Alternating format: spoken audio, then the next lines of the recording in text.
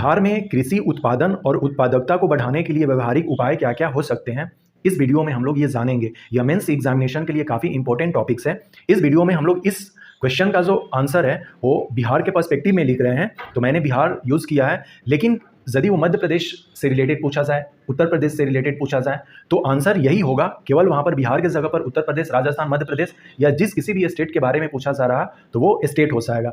हम लोग इस वीडियो में उत्पादन और उत्पादकता के बारे में ज़्यादा बात नहीं कर रहे हैं टेक्निकली कि उत्पादन क्या होता है, उत्पादकता क्या होती है, क्योंकि हम लोग इसके आंसर को देख रहे हैं। लेकिन थोड़ा सा यहाँ पर समझ लेते हैं तो हमें और सुविधा होगी इस चीज़ को समझने के लिए। उत्पादन क्या होता है, मान लेते हैं कि मेरे पास 3 खेत है, ये 1 बीघा है, ये भी 1 बीघा है और ये भी 1 बीघा है। इसमें हमने धान की खेती की जिसमें 1 क्विंटल धान हुआ, इसमें 2 क्विंटल हुआ, इसमें 3 क्विंटल हुआ। तो मेरे पास टोटल भूमि कितने हो गए, 3 बीघा हो गए, और मेरे पास धान कुल कितने पैदा हुए, वो 6 क्विंटल हो गए। तो ये जो 6 क्विंटल है ये मेरा उत्पादन हुआ। उत्पादकता जो है कुछ नहीं, जो कुल मेरे धान पैदा हुए कुल भूमि में, तो ये 2 क्विंटल पर बीघा जो है वो उत्पादकता कहलाएगी। हम लोग इसी चीज़ को अपने बिहार के पर्सपेक्टिव में भी देख सकते हैं। जो हमारा 94,163 स्क्वायर किलोमीटर है, ये इंडिया के पर्सपेक्टिव में देगा। यदि हम अपने 38 ज़िलों को देखें तो किस ज़िले में कितना धान पैदा हो रहा, तो धान के पर्सपेक्टिव में निकाल सकते हैं कि उत्पादन, और उत्पादन का मतलब टोटल हो गया, और उत्पादकता का मतलब हुआ जितने एरिया में हमने किया है उतने एरिया को डिवाइड कर देते हैं कुल जितना हमारा प्रोडक्शन हुआ है। तो सिंपल सी बात है, रोहतास में जितना धान पैदा होगा सीतामढ़ी में उतना ही धान नहीं पैदा होगा, क्योंकि यहाँ पर प्रोडक्टिविटी क्या है, ज़्यादा है। तो इस पर अभी हम लोग डिस्कस नहीं कर रहे हैं, बाद में कभी इस पर डिस्कस करेंगे, क्योंकि बहुत सारे वीडियोस बनेंगे इस पर। डायरेक्ट अपने आंसर पर आते हैं कि किस तरह से हम अपने उत्पादन और उत्पादकता को बढ़ा सकते हैं। भूमि सुधारों का उचित कार्यान्वयन करके सबसे पहले भूमि सुधार होनी चाहिए। फिर कृषि में अनुसंधान और प्रशिक्षण को बढ़ावा देकर, बहुफसलीकरण तथा परिशुद्ध खेती पर बल देकर, कृषि विपणन संबंधी नियमन एवं सुधार करके हम चीज़ों को आगे बढ़ा सकते हैं। आधुनिक तकनीक का प्रयोग करके, हमने यहाँ पर केवल एक लाइन में लिख दिया है, क्योंकि इस क्वेश्चन में ये नहीं पूछा गया है कि कृषि की उत्पादन और उत्पादकता बढ़ाने के लिए साइंस और टेक्नोलॉजी की क्या भूमिका है, वो एक अलग टॉपिक ही हो गया। यहाँ पर केवल हमने एक लाइन लिख दिया कि आधुनिक तकनीक का प्रयोग हमें करना चाहिए। कृषि जोखिम प्रबंधन ये काफ़ी इंपॉर्टेंट चीज़ है, खासकर बिहार ही नहीं पूरे इंडिया के लिए, और बिहार में तो सूखा और बाढ़ साथ साथ चलते हैं।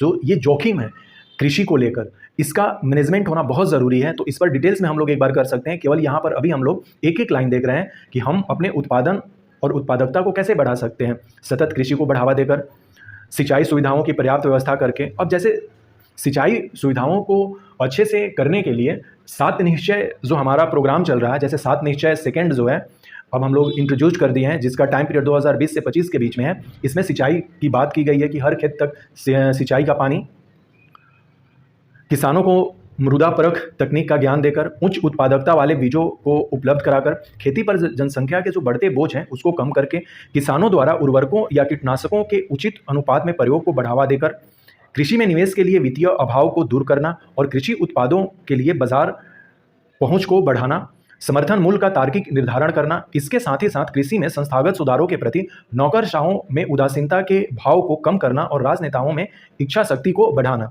आधुनिक तकनीकों, उन्नत बीज, जैविक उर्वरकों के प्रयोग, सिंचाई की आधुनिक प्रणालियों के विकास और आधुनिक मशीनों के प्रयोग को बल मिलेगा। साथ ही साथ उत्पादन जोखिम और बाजार जोखिम के प्रबंधन से उत्पादन में वृद्धि हो सकती है। तो इन सारी चीज़ों पर हमें गौर फरमाने की ज़रूरत है। अब हम लोग देखते हैं कि बिहार सरकार ने बिहार में कृषि उत्पादन और उसकी उत्पादकता को बढ़ाने के लिए विभिन्न योजनाओं का संचालन किया है। जैसे दियारा विकास योजना, देखेंगे कि दियारा क्या होता है। राजकीय बीज गुणन प्रदेशों में बीज उत्पादन, अनुदानित दर पर बीज वितरण योजना, मुख्यमंत्री तीव्र बीज विस्तार कार्यक्रम, धान की मिनी किट योजना, बीज ग्राम योजना, जैविक खेती प्रोत्साहन योजना। बिहार सरकार ने जो गंगा किनारे, वैसे 12 जिले हैं गंगा जिससे गुजरती है, लेकिन 13 जिलों में जो गंगा के किनारे हैं उसमें जैविक कृषि को प्रोत्साहन दिया गया है। बिहार राज्य बीज निगम का सुदृढ़ीकरण करके जीरो टिलेज तकनीक से गेहूं का प्रत्यक्षण आदि, ये सारी चीज़ें जो है बिहार सरकार ने योजनाबद्ध तरीके से की है, जिसके चलते कि हमारे जो बिहार में कृषि उत्पाद और उत्पादकता जो है वो बढ़ी है। अब थोड़ा सा देख लेते हैं दियारा क्या होता है। दियारा एक स्थानीय शब्दावली है, खासकर जो गंगा वाला क्षेत्र है वहाँ पर ये काफ़ी यूज होता है।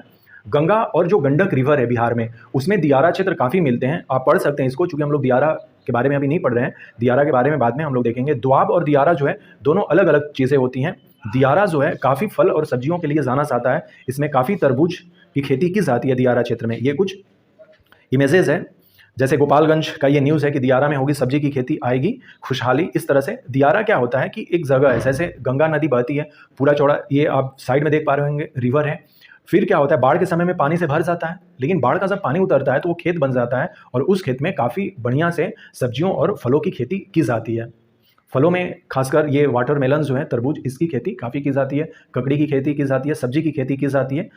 ये सारी चीज़ें हैं वो दियारा में होती हैं। तो आई होप सो कि इस चीज़ को लेकर अभी तक हम लोगों ने देख लिया कि बिहार में कृषि उत्पादन और उत्पादकता को बढ़ाने के लिए हमें क्या-क्या चीज़ें करनी चाहिए। तो ये एक क्वेश्चन और आंसर फॉर्मेट में वीडियो था। तो इस तरह के वीडियोज़ आप देख सकते हैं अपने आंसर को बेहतर बनाने में। आई होप सो कि ये आपको काफ़ी इंटरेस्टिंग लगा होगा और इससे आपका जो इस क्वेश्चन का जो आंसर है वो क्लियर हो गया होगा।